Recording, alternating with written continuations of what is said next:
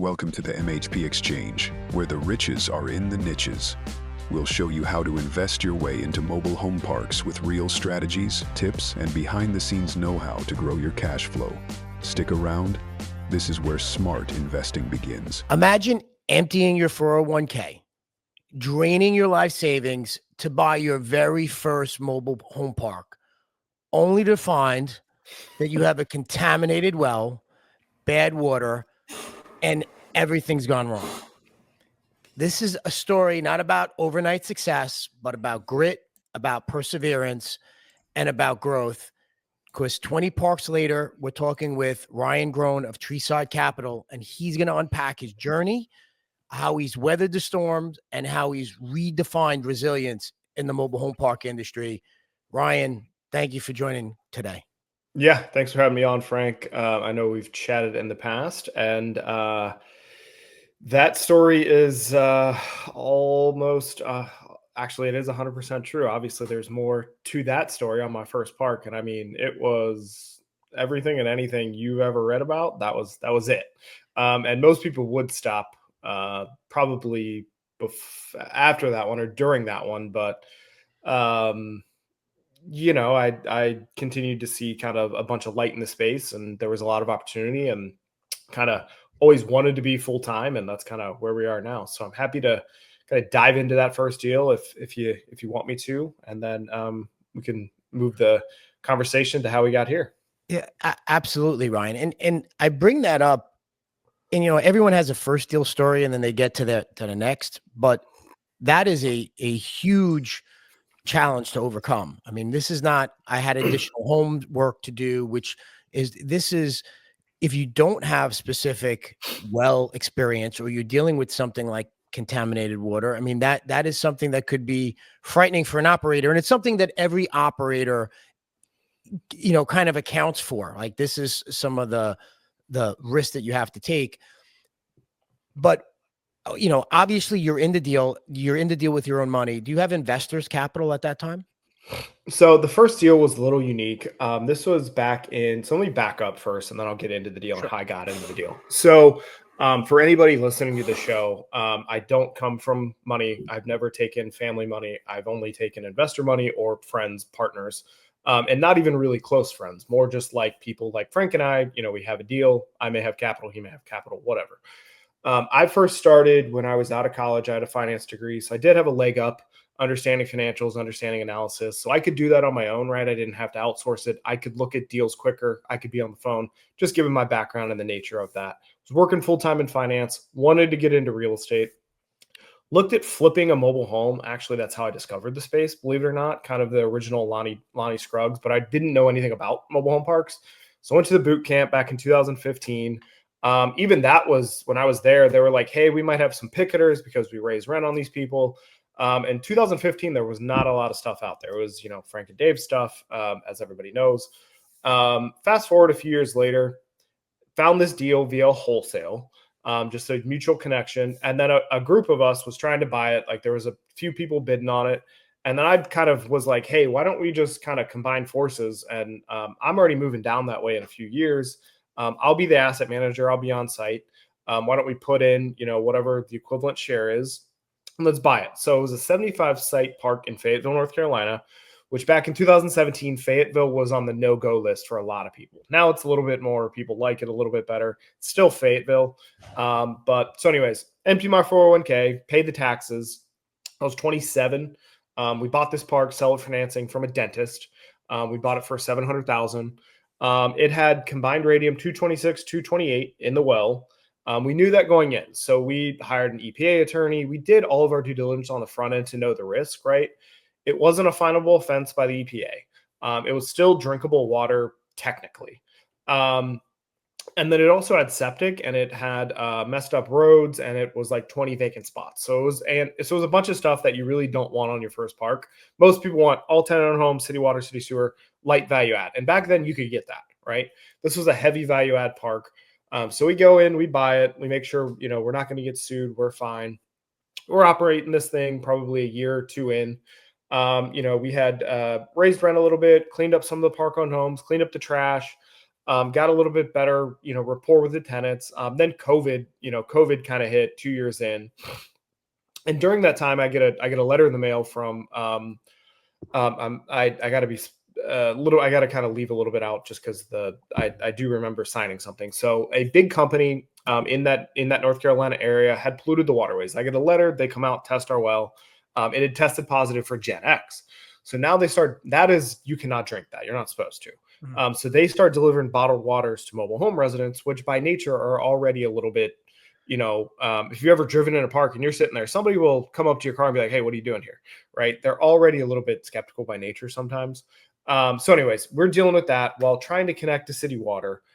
So what ended up happening was we had 2 contaminants in the well.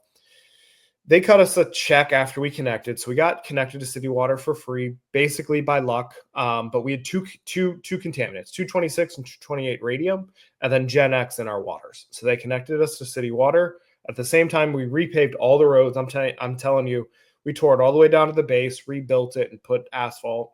We brought in 10 to 15 brand new homes from Legacy. And this was during COVID. I had a manager that had a breakdown. And at the same time, in this 3-4 year stint of owning it, we had a drive-by shooting, 17 casings. I remember the detective calling me, shot 2 homes. Nobody died. Nobody got hurt.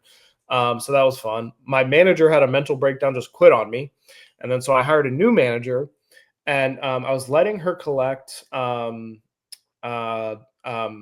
money orders from residents and she was taking them to the bank because it was during COVID. We had a lot of Hispanic residents that paid cash.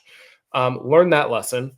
I show up one day, Easter weekend, I remember specifically, and I'm like knocking on people's doors that normally paid rent. And I'm like, what's going on? And I know a little bit of Spanish, and they're like, here's the receipts. And I knew right then and there. She had written receipts to them and then left the money orders, the payable to blank, and she filled in her name and cashed them all. I'm like, hey, you got to be gone by Monday. Otherwise, I'm going to call the cops, blah, blah, blah. She was gone. I walk into her home the next week, and I'm covered in fleas. So not only did I have a manager steal from me, she trashed a park-owned home. Apparently, she was an alcoholic. I didn't know. And it was just a mess, right? So then I start managing that thing from like 3 hours away. So Ryan, this is every operator's probably worst nightmare, right? Or anybody looking to get into the space. This is all the reasons why people say, well, maybe this isn't for me. And you have to kind of persevere through it, right? Mm-hmm. So what gave you the grit to say, I'm digging in and I'm going to push this through to the end? Yeah. So I think the main difference between my story and anybody else, I didn't have another option, right? So I had literally put all of my money that I ever had into this park, with 5 other people that I didn't really know, but got to know them over the years, right? And we became good friends and bought other deals together. So I didn't really have another option. This was my only option, if that makes sense. So I had to make it work. And the deal, like specifically, was we had bought it for like $10,000 a pad. So we had our margin of safety, which is stuck in my head right now because I'm listening to a Buffett book, was so large that we could mess up a bunch, right? We could have a manager steal from us. We could have a water well connection. We could redo all the roads. Our margin of safety was so huge, and I had no other option. This was my only option. I always wanted to do this. So that's kind of what allowed me to push forward. At the same time, I was working part-time in the space. I did not have a real job. I have not had a W-2, technically real job, corporate job, since basically I bought this park, right? So I went full-time relatively quickly, not from the cash flow of this park, from operating other parks and buying other parks. So what basically kind of allowed me to get through it was we had a large margin of safety. I will put that up front, right? That we could have messed up, right, at big time and still made money on it. But also I had no other option. I emptied any money I ever had. I think I emptied my 401k was like 60 grand at the time because backing up, I had believed, like, my story that I told myself out of college was I was going to max out my 401k, work at a high paying finance job, and buy a couple duplexes, maybe a laundromat, maybe a car wash, because I'd read The Quiet Millionaire and all those good books to where I was like, sure, I'm going to live in a duplex. And I didn't even think about buying a 75 unit off the rip. This was my first real estate deal as well. Keep that in mind too. I'd never done anything. This was my first real estate transaction as well. So getting into the grit part, it does take a lot of perseverance to do, but since I had no other option, that this was my only option, if that makes sense. It does, because to me, it's a mind shift, like in how your mind looks at it. And I had somebody tell me this once: when you go through these situations, it's not why is this happening to me? It's why is this happening for me? Because when you look at your story and you're dealing with all these challenges, and some of them unexpected, and some of them, what could be mitigated down the road. But a smooth ocean never made a good captain, right? You have to get that baptism by fire. You have to be tested, and then you need that will to be able to get through that. And that's faith, determination, grit, whatever you want to, however you want to phrase it. You need to be able to push through, because that's going to give you those lessons that you need as you start to expand, and staying with that. Without a doubt, I'm sure the people that you were vested with, right, that invested and partnered with, when they saw that had to raise your credibility level with them, right? Yeah, it did. It also helped that the guys that we JV'd with and the girl did have real world real estate experience. So they had seen rough stuff before. So we were meeting typically on a weekly basis. We were all active in the deal Sure. from one point or another, but it was all our first mobile home park together, and their first park as well. But they helped a lot too, kind of calming. If it was just me, I may have quit, because that's a lot to take on for one person, especially in your first deal. But I had a good team for that park, and that's what helped kind of get us through it, right? And then kind of for almost a year or 2 years, I was managing that thing from 3 hours away. So I was the manager at one point as well, when I fired the other manager. Sure. So I had it all in my first park. So that kind of opened the floodgates, and finding more deals, kind of being a little bit more confident in my ability to manage stuff and manage multiple things, and kind of deal with, deal adversity that you're going to deal with, because they are, like, the mobile home parks do reach a point where they do have that mailbox money mentality, right? To where it's not going to take a ton of work and a ton of effort. But there's always something. It's just a matter, you still got to be active. It's not just you collect a check and you forget about it, but it can definitely get there. I do want to, there's always, for listeners, if you're looking to buy a park, there's always a piece of the deal that you can plug yourself in if you really want to be a part of it, right? You may have capital, you may have time, you may have expertise, or you may have the deal, right? If you have the deal, you actually control a majority of everything, if you have enough time and enough connections. That's kind of the next thing, is like making sure you're getting well-established network-wise so you can grow your business if you plan to. Yeah, and the investors, every operator at some point is going to go through adversity. And I found that the people who I've worked with the longest, we've always had adversity in different deals, but it's how you get through it, which builds that trust, because they know they can count on you when tough things get, go wrong. I have, one of my partners that I've done business with, our first deal that we did together, not in the real estate space. This was not in the mobile home park space. This was prior to our entry in there. We had bought a well-known motel in the Poconos at a repository. Met with the town, sat down with everybody, kind of had our entire game plan out, and we knew what the taxes were going to be. It was going to be reassessed at what we paid for it.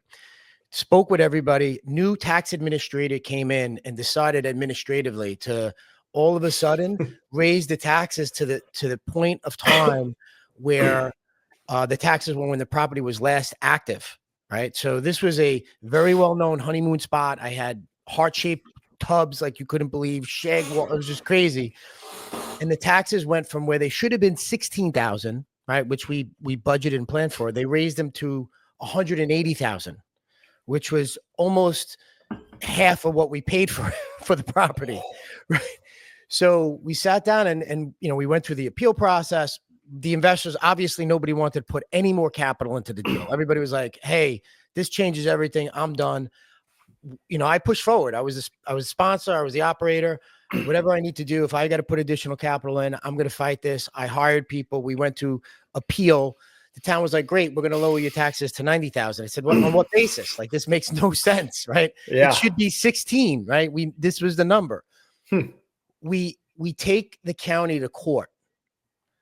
And the day we're supposed to go to trial, they offer us a settlement for $17,000. Now, it took a year, took me thousands of dollars of fighting it out, and they just wanted $1,000 more. And by getting that done and getting that finished, that group was so thankful because they were ready to walk away from the entire investment, but they realized like, hey, we stuck through it. We knew what we had to do. We were going to get through the end. And that kind of created that trust where now we've got a relationship that's built over 10 years, right? Which obviously is key, right? That adversity builds that trust. But I want to, I want to fast forward a little bit because I know there's a lot to the story, but you've gone from that one park to over 20 parks, and you had that, and I spoke to you offline. You had one year where you bought 14 parks, which was a huge jump, right? So how did you make that jump? Like, what was that now? Because now you're in it, right? You've obviously got through that first challenge, and now you're acquiring 14 parks inside of a short period of time. Like, what was that process like for you? Yeah. So first park, bought that in 2017, 2018, something like that. And then, continued to buy with that group. We bought a few more deals that I bought that deal with. And then we just had too many people active. It was just like there was 5 of us trying to make decisions, and I was a little bit more full-time than anybody. So I kind of decided, hey, we kind of parted ways very amicably. And actually, I've had them invest in some deals, believe it or not. So it was nothing, from anybody's standpoint. It was just not the right time period for everybody together. So speed that up. Actually, one of my investors that we had chatted with, he had a bunch of deals. He's great at sales. That's my current today business partner. Miles Nolan is my business partner today. We met in 2019, 2020. We bought a couple of parks together, kind of just through the JV structure. And then we really ramped up in our deal sourcing, whether it be to we were a part of everybody's, COVID kind of ramp up, right? We were sitting on the sidelines, but we said, you know what, let's continue to look for deals. Interest rates are really low. Investor capital is, at the time period, was relatively easy to raise it versus now, right? It was easier. It seems like a little bit more people were liquid versus today. So anyways, we started sourcing deals. We actually what we did was we actually slowed the MH space because that space had became so consolidated and things were trading for like 0 to 3 caps on, like, legitly, right? People were paying crazy numbers, and I sold some stuff because of that too. So what we did was we built a database of industrial, storage, and RV parks. We started calling, and we got a lot of traction with the RV parks. We bought 7 of those. That's a part of that makeup of 14-ish. We bought a handful of mobile home parks as well. And then we bought 2 storage facilities. So we were able to ramp up relatively quickly because we had already been through some deals together. So we kind of knew each other. And then we knew the kind of syndication process just through past deals or just through different partners. And then so kind of speeding that up, and I remember we bought 2 RV parks in one day. I closed in the morning and then drove to another and closed that at night. And it was a wild time, right? We bought a bunch of stuff. We bought over probably 1,000 pads, both RV and MH. And we were not ready for it internally. We were ready mentally, and like we had systems in place, but we did not have the back office because we manage everything internally, just like everybody pretty much in the MHRV space does. So what we did was we got our butts kicked entering into 2023. I was answering the call. I was still managing a lot of stuff, or getting it off the ground, and didn't really have the we had the processes, but we didn't really implement them, right? So what we did was we took all of 23 off. I mean, we were still looking at deals, but we took all of 23 basically off, told everybody, hey, we're getting our operations in order. We're messed up. Things were just haywire. We weren't doing weekly meetings. We weren't doing this. We weren't doing that. We were to some degree, but we weren't doing it what we are now. We're very regimented in what we do. And we could go buy 1,000 pads, not bat an eye. We hired a bunch of people internally to kind of help with the back office growth, help with kind of pushing our business forward. And then entering into 24, we were ready to go again. But interest rates had more than doubled. Deals were kind of floundering back and forth. And that kind of leads to where we are now. We had a few deals under contract, but for the first time in my history, I had 2 breach of contract, actually 3 in the same year. We did end up having a lawsuit with somebody, and we lost, which sucks, but it is what it is. And we just kind of like went back to the drawing board, and we sold some stuff along the way. And that kind of leads me to now we have 1 MH under contract, and we're kind of shifting back into the MH business just because the RV business, the cap rates have come down and interest rates have gone way up, and that business is not worth it to manage the day-to-day. It's a very stressful business. It's a very intense business, right? You can make a lot more money per site, but it is a business disguised as real estate. I want to be clear with that. Good business if you're going to go all in on it, but you might buy 3 parks and you're like, this is a lot of stuff, because there's a lot more ancillary income, a lot more management that goes involved. And if you have 5 pissed off people, you have to fix it or address it relatively quickly and kind of manage their expectations. Versus MH or apartments, it's a living scenario. So you can fix it, but like, it's living. They typically have to be there. They may want to be there, but they typically have to be there versus RV. They want to be there way more than have to be typically. So we got our butts kicked. I'm not going to shy away from it operationally. Yeah. We bought a lot of stuff and they were good deals. And then we kind of put pencils down and refocused on operations. That allowed us to kind of set up to where we are now. So I'm always interested in the operational side of it and how the systems that people put in place, because, entrepreneurs and will go into any situation and in some ways being small or having 1 or 2 parks, there's a little bit more clarity. There could be more clarity because you're doing everything, right? Mm-hmm. You're managing the park, you're there on site, you're handling this, you're getting all the calls. It's easy to have your finger on the pulse because you're that center of influence of decisions for everything that's going on. But as you scale, you have to let go of certain roles and you have to get other people to fill that in. And then you have to trust on your reporting and on the people and on the systems and the processes that you have in place. So, from that pain point, like, how did you end up structuring your organization to deal with now where you're at a point where you say, I could add another 1,000 units because that org structure is there?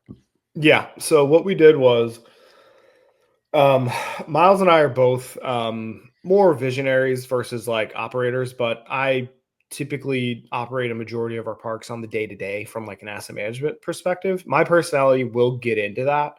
But like we've basically, put it in place now to where we have, so what we did was, and we stole this from another MH operator. We're not by any means we're not creative. I'll tell you that right now. Anything I ever have done, I've read in a book or stole it from somebody. That's just the way it is. So of course we have our management software. We use Rent Manager. It integrates with paying, all the stuff that goes accounting. We do everything in-house with the management system that Rent Manager offers. That's just what we do. The only thing that we outsource from there is our phone system. So what we did was, it's Miles and I at the top. And then we have a COO, director of operations. And then we have a CFO. And then we have obviously a bookkeeper. Well, not obviously, but some people don't have book. I was doing the books for a while too, just given my background. So we have a bookkeeper, and then we have we centralized a lot of our back office staff. So what a lot of people do a lot of times, which is, I thought was very unique, is a lot of people put a lot of expectations on their MH and RV managers, right? Because you had somebody else tell you that might be at the top. They're saying, hey, your manager should do sales, leasing. They should handle everything on site. No pay, no stay, no play, no stay. They should be doing all this, right? But in the real world, most managers might be good at one thing, right? You're not paying them typically, $500,000 to where they may have a skill set that's crazy. And even then, when you're making that much money, you typically have a very direct skill set that you're very good at. So what we did was we took a lot of the on-site kind of technical stuff, interacting with customers offsite, right? We centralized it to a few people. That's our leasing and our collections. So, and typically our sales too, but our manager is typically the front point for the sales on-site stuff. But back office, they may handle phone calls and just, this and that. And they also handle like, putting notices out on doors if people are late. But we have a collections person and a leasing person. So she does all of our leases and she does all of our collections. So what I mean by that is, let's say on the 3rd, people are late. She'll start texting, calling, email, and saying, hey, when are you going to pay? She'll take payment over the phone right away. She does it for every single park. So she knows all the parks. She knows all the managers. And she does all of that. So she gets into the system, goes, calls people. And the manager sometimes they work with her hand in hand to say, this is when this person's paying. I talk to them. They note it in the system. So therefore, we can go in and we can say, hey, when we have a weekly meeting to go over KPIs, which I have it sitting right here. Every meeting we go over cash on hand, occupancy, delinquency, income and expenses, any unexpected issues at the park or projects we're working on, or even problem tenants or problems that the managers might have, right? We do that every week. It's dull, it's boring, and we do that every week. That has changed a majority. Even if I can't make it, or if somebody can't make it, at least we're still having the meeting and we're still going over it, right? And that has increased our collections. By this time of the month, I think we probably have 5% that we haven't collected yet, maybe 8% in some parks. We go over it every single week. It's dull, it's monotonous, but it helps you get a clearer picture of your business. And when you have multiple parks, it establishes a routine that the managers know what to expect, what to do. And then we centralize kind of I'm no longer the bad person. I don't manage the managers. I do, but I don't, if that makes sense. So our COO manages all the meetings. She's like, hey, why hasn't this person paid? Why didn't you do this? I'm no longer the kind of the point of contact from like a management perspective. She is. So we hired a handful of people to kind of centralize our processing. And what I would even encourage is if you're going to go buy 2 parks that are 100 units, you could probably have 1 manager. You don't need 2 managers at both parks if they're close enough. 1 manager will do the job if you have a lot of tenant-owned homes versus park-owned homes. But we also kind of threw the theory out that you don't need a manager on site all the time, 24/7. They can be off-site. There's nothing wrong with them being off-site as long as they're checking on the park, touching the park, typically every other day or even daily if you have an office. But like our manager doesn't take rent. They very rarely fix anything. And they don't do a lot of computer work. We have centralized that to where they're the eyes and the ears of the community.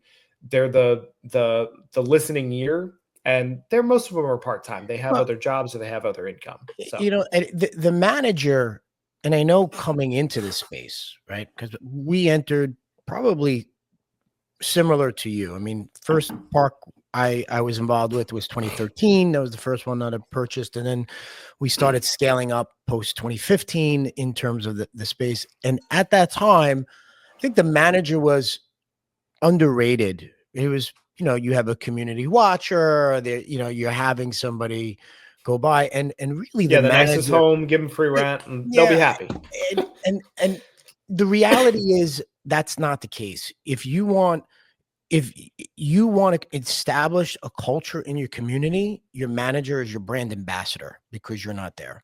And you have to give them the tools to be successful. So we'll marry them with an assistant back in our administrative office so they can do they could be out on the ground and talk with people. But to your point, a lot of them aren't great because they're interacting so much in the field. They're not going to be entering all the data that you need in to make those decisions. Mm-hmm. So we try to make sure that we can offer that support. And then one of the things that we'll do, because we'll meet with our managers every week and we'll have, one joint meeting with all the managers and then one meeting individually with the managers regarding their community.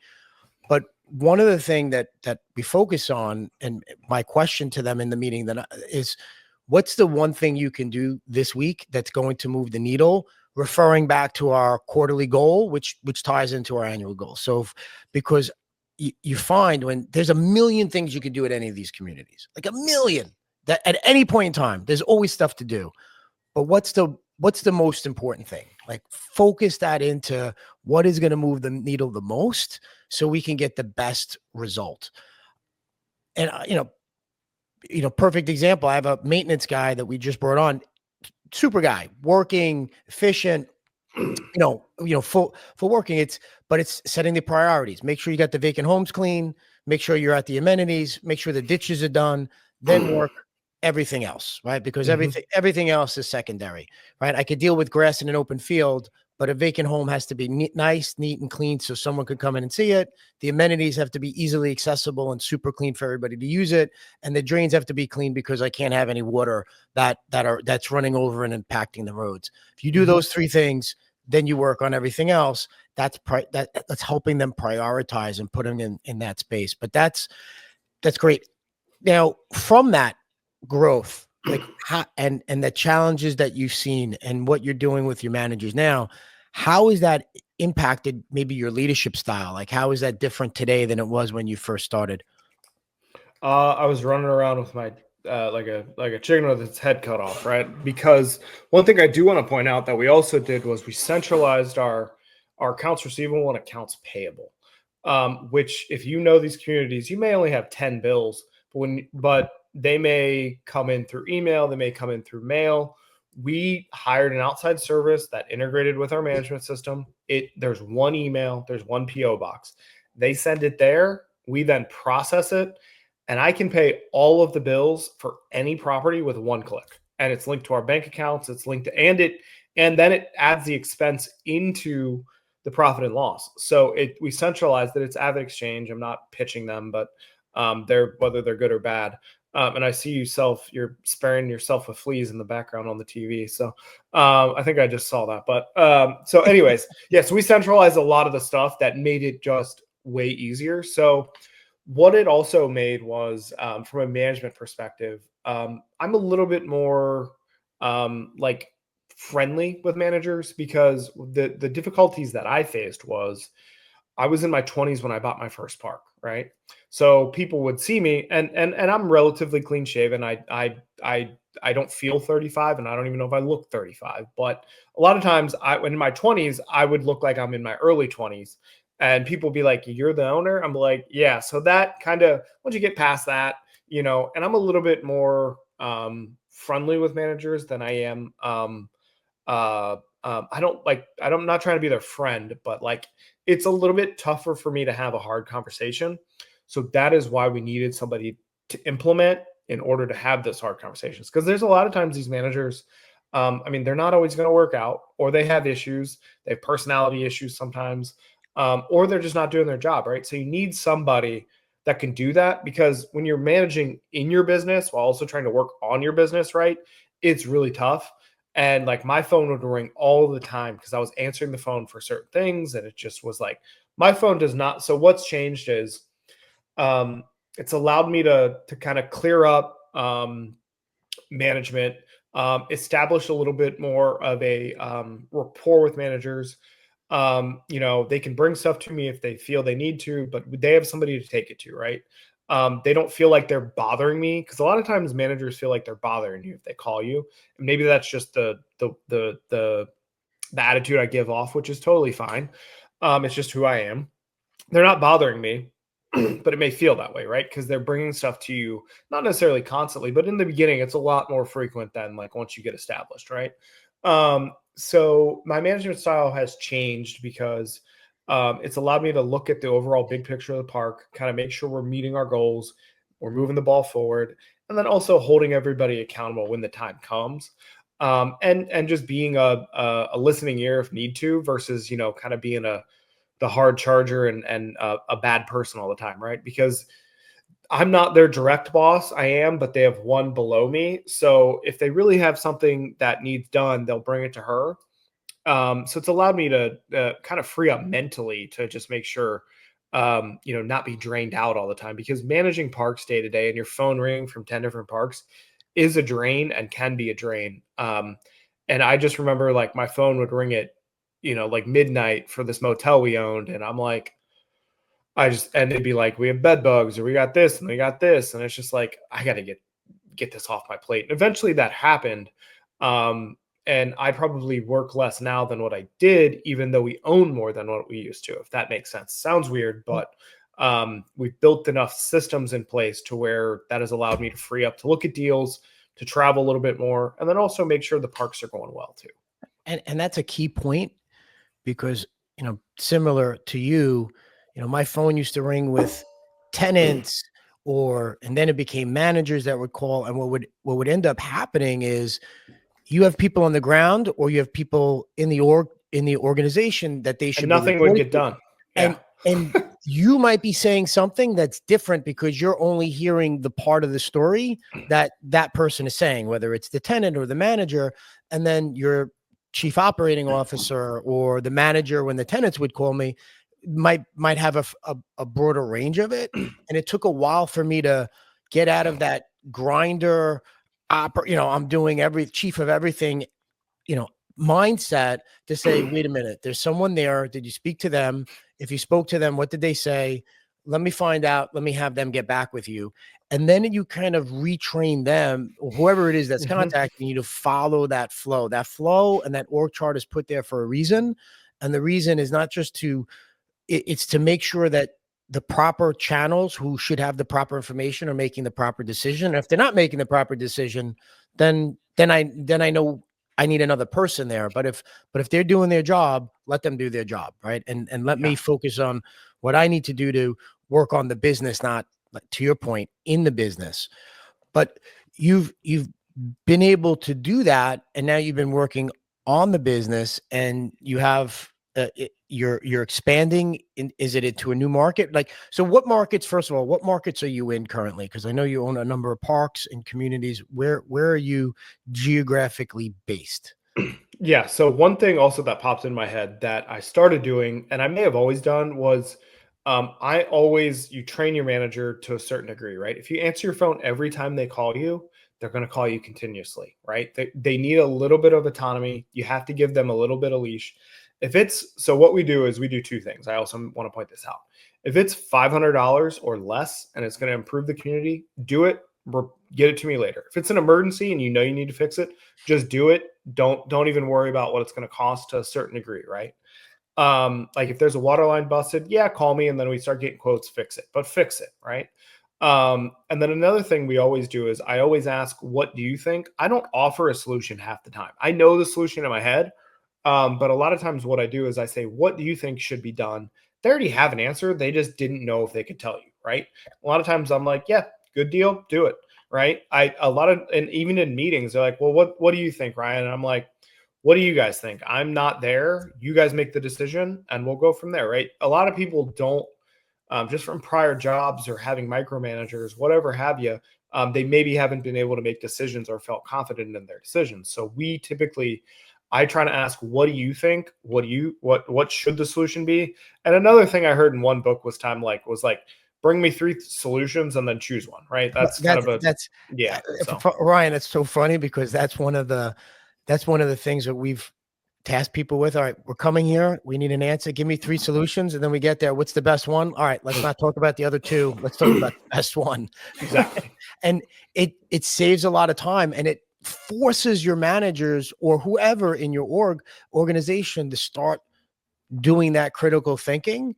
So you're training them to come to you with solutions rather than, here's a problem, solve it for me. And it's tough to get out of that mindset, especially when you're self-made, you're coming up, you've done it yourself, you've had to make all those decisions. It's the easy answer is to run into the field of battle and to solve everything. But there's only so much bandwidth that Ryan or Frank has to do that, right? So you have to get other people to build out that team to be able to grow and to expand and to scale, which you obviously have been able to do. Yeah, so that's been the biggest management change as well, is not making all those decisions and in letting them make decisions. So kind of what markets we're in and where we've been or where we're going. So we're currently in the Midwest and the Southeast. Midwest, when I say Midwest, I mean we've owned in probably 10 or 11 different states, and a bunch of different markets. So Southeast being currently we're South Carolina, North Carolina, Virginia, West Virginia, Ohio, Kentucky, Tennessee. So basically, Ohio down to South Carolina is where our market is. I'm in South Carolina. My business partner's in Cincinnati. So that's kind of where our markets are and probably will continue to be. I do own some outliers in like Iowa and Missouri, but we don't necessarily play into those all the time just because they're a little bit further. We will, at this point in the deal cycle with MH, I'm more open to anywhere than I used to be, just because a lot of the deals have already traded to larger operators or just guys like me, or in order to continue to grow, but not necessarily grow because of growth's sake, we'll look at new markets, right? It's a product of outgrowing local parks, or the parks are being destroyed, so therefore you can't find enough deals. We try to stay within our footprint. Right now, the deal that we have is in Northeast Ohio, which is within our footprint. And we continue to look in those markets, but we are open to other markets if the deal is right. I hate saying that, but we really are. I mean, we're focused on, I wouldn't buy something in California or Alaska. I'm not buying typically in blue states. We're typically red states, and we're typically east of the Mississippi. So if that makes sense. It does. It makes a lot of sense. But if you're entering a new market, is there a footprint that you need to have, or is there a specific metric that you look at that makes that deal work? Yeah. So we would have to be, we always try to get to 100 plus sites in one deal or in a couple deals, right? So if it's a tertiary town or a small market and it's not that great of an area, and it's like a 40 site park, we're probably not the buyer. If we like an area, or if it's close to something we already own, for instance, if it was like a 30 site park within the Charleston metro where I live, I would buy it. It would break all of our rules, but I would buy it because we're typically looking for 50 units or more. City water, city sewer, all tenant-owned homes. We're looking what everybody's looking for, right? There's no secret about that. But to enter a new market, it's got to be enough upside in the deal, because we are not necessarily. I just kind of learned this. We're cash flow buyers, but I'm not living off the cash flow in most deals, right? So we are typically value add or forced appreciation buyers. I'm trying to get the value of the park because of the nature of our business, which is syndicating. And a lot of our upside is based on the back end, right? Through some type of liquidity event via sale or refinance. And that just comes with the nature of being a syndicator, right? If it's just my money and your money, Frank, we may be more cash flow driven because the value of the park matters. But if we're planning on living on that cash flow, we could look at different deals. So where we are in our deal cycle, we're looking for, light to heavy value add parks in the markets we're already in. But to enter a new market, it's got to be minimum 50 units, like 50 occupied units, really. And it's got to be over $300 lot rent. If it's lower than that, typically the numbers, unless it's just a screamer of a deal, we're not going to burn and churn a park. If it's in a bad town or in the middle of nowhere, we're not just doing that just to buy a park. There are always exceptions to the rule. I mean, I've owned as small as a 22 site park and as large as a 280 site park. So I've owned everything under the sun. And we've done every deal structure, right? Paid cash, seller financing, master lease with option to purchase, and bank financing, right? So we've done it all. What we're looking for now is like more light value add. And what you're going to start doing in the next 5 to 10 years, if you're going to be in this business, is you're going to have to start replacing this infrastructure, right? So that kind of brings me to what deals we're looking for. If the park were very, I want to know when that park was built. Obviously, you're going to do all this during due diligence, but you're going to have to replace water lines. You're going to have to replace sewer lines, and you're going to have to start replacing these homes as they age out. Most markets, if it's a 60s home, it can be fine, but the lots are going to be tight. The electric's going to be potentially shot. And the water and sewer lines, you may be looking at a couple $100,000 bill to replace those. So you got to build that in on the front end, which is very hard to do right now in most markets because pricing is still relatively high relative to pre-COVID. And I don't think sellers or park owners have really recognized that issue, because you said something that's so timely. We've come across on 2 deals recently. We were downstream in diligence on a park. We owned in the market. It was an additional 40 pads that it's smaller park that we would normally buy, but because we already owned in the market, it was an add-on. It was private water and septic. We're not worried about septic. We've dealt with septic before. There was 10 vacant lots that we were going to fill. Went to planning and development, no problem. You could fill in the lots. It's grandfathered in. You're okay. You're zoned correctly. This is what you'd have to do. You'd have to get a Department of Health permit. They would just have to flush out the septics. As long as they were post 1982, you wouldn't have a problem. Park was built in the 80s, shouldn't have a problem, but we still checked with the Department of Health. Lo and behold, administrative order that last year that if water and sewer connections were available, we'd have to connect to water and sewer. Well, water and sewer is at the street. Mind you, not that you wouldn't want to plug into water and sewer, but the business plan and the price point we were paying wasn't that we were going to connect the entire park to water and sewer. So that administrative order meant we couldn't infill the park. And if we had a septic fail, which they do fail from time to time, we wouldn't be able to replace them. So we would have to re-pipe the entire park, which would be about a year and a half by the time you got through permitting, because the city was very, but your engineer and your plumber is telling you a year, right? And that there's always going to be additional time. Try three.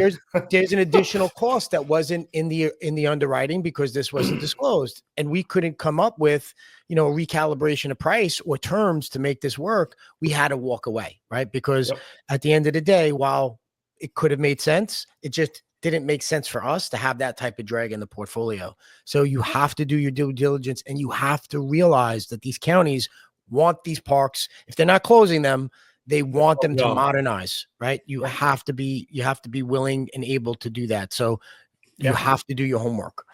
Been there. So now you're looking at this park in Ohio, right? And I know we actually spoke about this because I saw the deal. I was actually interested in the deal, and you had it. You want to, care to share anything about it? Yeah. So it's we actually had two parks. The one was, that is kind of floundered, and we discovered some things late, not even past due diligence. So now there's sunk cost, etc. We basically found out the park had flooded up to where the floodplain the map actually was. So that scared a lot of people. I don't mind floodplains, and we can talk about that for a second, right? So floodplains are fine with mobile home parks because they're built on cinder blocks. But the problem you're going to run into is most of these folks, their biggest asset is their mobile home, and that thing might only be worth 10 grand, right? In a good market. So if that water gets into that home, it's screwed, and you're basically counting those lots gone. The county's then going to basically say, hey, your BFE is whatever, base flood elevation. So now you have extra costs bringing in homes. You probably have to replace all the infrastructure because the electric might be shot if it's not in conduit or whatever have you. So you're just talking a huge infrastructure upgrade that you have to do if the park floods. And if you're personally guaranteeing a loan, the bank does not care. And flood insurance 9 times out of 10 does not actually cover replacing homes. It'll just cut you a check for loss of business income, and that's typically only a year anyways. So now you have a tarnished park that flooded, and it limits your buyer pool, it limits everything. So we found that out. We tried to renegotiate the deal. The lady just was not having it. I hope the guys that brought it to us can still close it. It sounds like they're going to, but it just, for our capital and our sake, it just kind of it shaded the deal for the pricing, right? So everything has a I refer to this a lot, but Sam Zell's book is high reward, low risk. That's what you want when you're buying mobile home parks. You don't want high risk, high reward. And that was a medium risk with a medium to high reward. But once we found out where it flooded, it was more high risk just with the PG and the personal guarantee. Sure. So the current deal that we have, it's 71 units, 58-ish on site, probably 46 occupied, give or take. It's city water and a treatment plant. So I don't normally buy parks with treatment plants with this small, but we own treatment plants in Ohio already. The park basis is sub 22,000 a lot. So there's enough margin of safety there to kind of get us going. The market lot rent is probably $100 to $150 under market. it's a good deal. The plan is to infill the rest of the vacant homes, reno them or sell them or just figure it out what it is. Throw sub meters on the homes just to gauge what they're using. He's already billing back for water and sewer at a flat rate. Upgrade the treatment plant if needed. And then also sewer is available. So we're going to estimate that cost, see what that's going to be like if the time comes where we have to connect. Decent park. It's a good park in a small town outside of a major suburb in Ohio. But our basis is so low that there's a lot of room to run to literally, if we did nothing, the park will probably, there's built-in equity day one, which is how the investing should be. And I'm seeing prices come down a lot in MH, and people are starting to get realistic again. But we're in the middle of due diligence. Some things I've already discovered is what he's saying he collected versus what the rent roll is showing leads me to believe he either has a very, very large delinquency list, which is possible, or the manager is doing something creatively and putting something in her pocket. I'm not saying that's the case. I'm just saying those are the two options.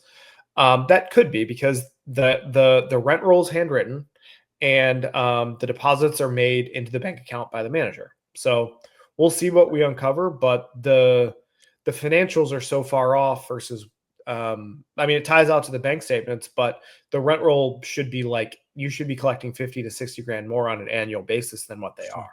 So, and I think you still see a lot of that in this space, because while we have seen a lot of new capital over the past 48 months, 60 months pivot into the manufactured housing space, it is still dominated by mom and pop. And this guy owned 12 parks at one point. So keep that in mind. And he's still handwritten. So, and it's still a very old school way of doing it. And you do have to be comfortable recreating, if you want that asymmetrical risk where you're getting lower basis, lower entry point, you have to be able to recreate some of that based off your knowledge, recreate some of the books and records and modernize that. And that's a huge value add as well. But I think what I'm pulling out of this is the importance of the diligence that you're doing and coming in there with a game plan. And anybody out there listening that's to this podcast, which there's a lot of things that Ryan's uncovered through his experience and what he's doing, you have to make sure that your business plan is effective and that you realize what it's really going to take to operate one of these parks, whether it's modernizing water lines, pipes, whether it's connecting the city water, city sewer. I mean, these are things that are happening in counties across the board. We will make those parks last for the next 50 or 60 years.